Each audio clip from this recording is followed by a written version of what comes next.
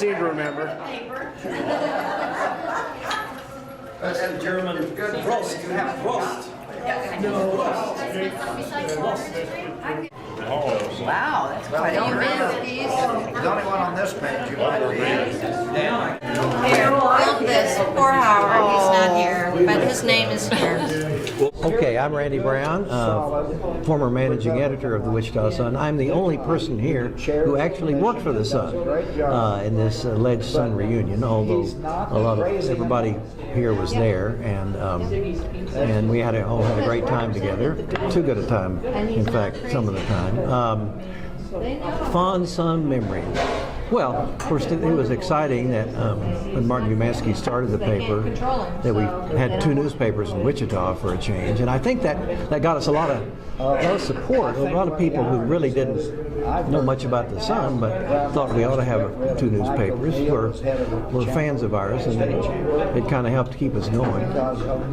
The one thing that eventually I crippled the Sun, sad to say, is that we had very much trouble getting it distributed. Circulation turned out to be our biggest Achilles heel.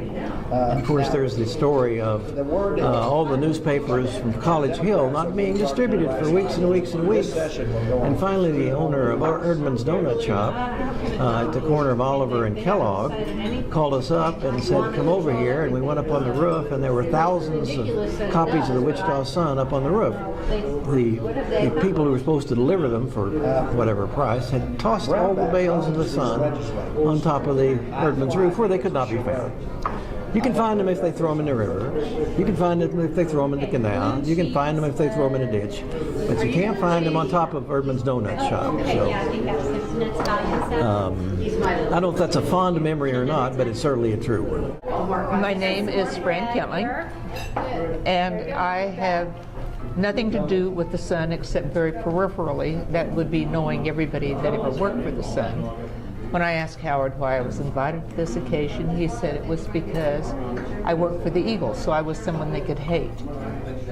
My very favorite thing about the Sun, besides the quality of what they were doing, eat my heart out when you're working for the newspaper, was that they did good work, but was their theme song, "Here Comes the Sun." I love that song, and I continued to love it, and I loved what they did, and I'm just sorry it didn't last longer. I think that this is interesting that these folks continue to meet and continue to reminisce, and it probably gets better every year, but nonetheless, it's a nice thing, and I'm very flattered that I'm always included.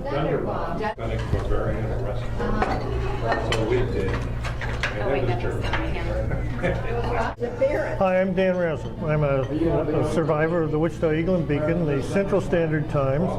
I did not survive the Sun because I did not participate in the Sun, although I did assist the Sun in that many of its employees were given alternative assistance in their work habits, and they were almost all friends of mine. Many of Wichita's best characters worked at the Sun, and Wichita at that period of time in the 70s was in a sort of adolescence. It was a time in which Wichita was changing from culinarily, for instance, the 70s saw things like the Looking Glass and the Olive Tree, and we went from being a sort of surf and turf town to being a town that had Mediterranean, Italian, French fusion. Our eating habits changed and became, well, they've never become totally mature, but nearly several times. Beaujolais, Le Beaujolais, one of the best restaurants that Wichita's ever had, followed the Olive Tree, and that was typical of the way Wichita changed in that time. By the 80s, the sense of sort of change had left, but and so had many of the characters who worked at the Sun, major characters, people who went on to other really sterling careers in media. Schroeder left, Crocker left, Randy Brown left, Kathy Hinkle left. So that was that was my memory of the Sun and its influence on the 70s in Wichita. It was an agent of change, and we don't have many of those in Wichita.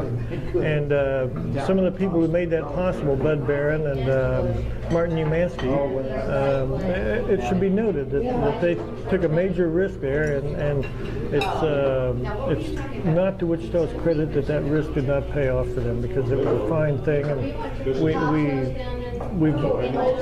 we're in desperate need of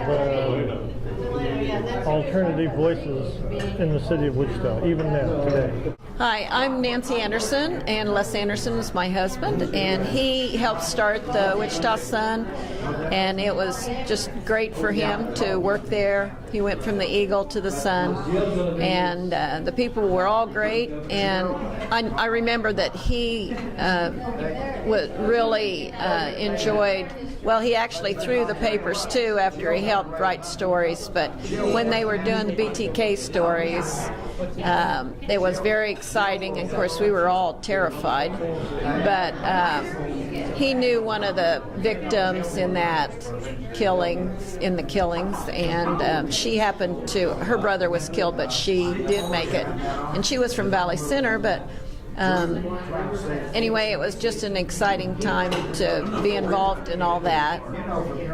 He had great fun there and loved every minute of it, and great people there. And so it was just a fun time. I know he enjoyed it. And hi, Howard. How are you? We're missing you tonight. When I came to town, I'm Jim Loing, and when I came to town in 1965, we were getting close to a racial, I guess you'd call it an epistle, a very important point in where we're going to do with the racial issues. There was a genuine effort on a lot of people like Dorothea Goodpasture on the school board, and some people like Gary Brown or Gary Porter, and Jack Shanahan, and Jim Donnell on the city commission to bring about a better treatment for minorities. So I had lots of activity that I was able to help with litigation, despite a lot of, I'd say, a lot of scarcity and experience. We got into pornographic movies, and the right wing really thought they had something there, so they would arrest people for running dirty movies. And we had the Screw and Smut case in front of Judge Tice. I was one of the attorneys for the defense.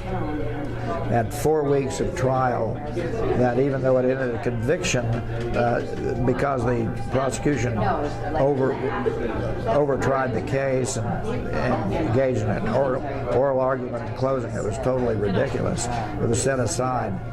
And I found after 4 weeks of trial, watching all those pornographic things, I had no libido left, so I was through with First Amendment cases.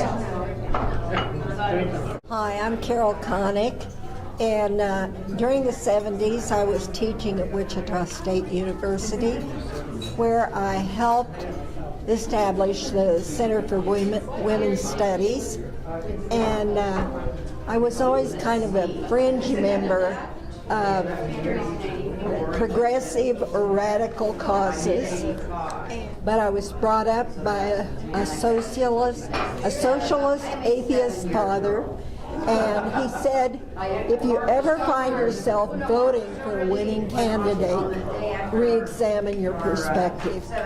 So I was taught not to be a conformist, and I felt very comfortable in Wichita, where there are a lot of nonconformists, and there are a lot of them here at this table. I'm Linda Parks, and I'm married to Randy Brown, and that's how I know Howard English. You know, interesting group. Everybody's very impressively informed, and a great group of people. And certainly, Howard, we wish you were here, because we put it all together, and you should be here, and next time you will be. Art Kenyon. I've known Howard since he started with the Eagle through Maryland Gump, and a whole bunch of Eagle people. I just knew from around, I was illiterate, so I didn't read nor write. Howard, this is Barbara Chamberlain, and I'm here just having a wonderful time, and I just want to thank you for putting this fabulous group of people together, and we so wish you were here with us. We will make this work at some point in the near future. Let's see, the early 70s, I was back from KU, and I did have a connection to cake. I really didn't have a connection to the Sun, but I had a connection to cake because of Joanne Laughlin working there. And all right, hi, my name is Mark Chamberlin, and I started at Channel 10 in 1973. And right at that time, Martin Umansky had this vision of starting the Wichita Sun, which is how I met Howard English, Ron Lowen, and Randy Brown. And so I've kind of followed their careers in awe of everything they've accomplished. Howard, Friend. he's really on the phone. He means friend. No, he doesn't mean friend. He means Dan. Dan really is a He means me. where how did you get a phone? Because they took it. Unbelievable. I brought it up. I brought it up.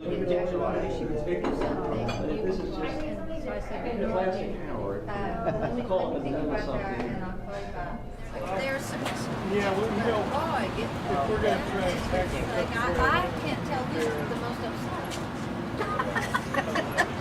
See, I'm going to be in the place. Because I'm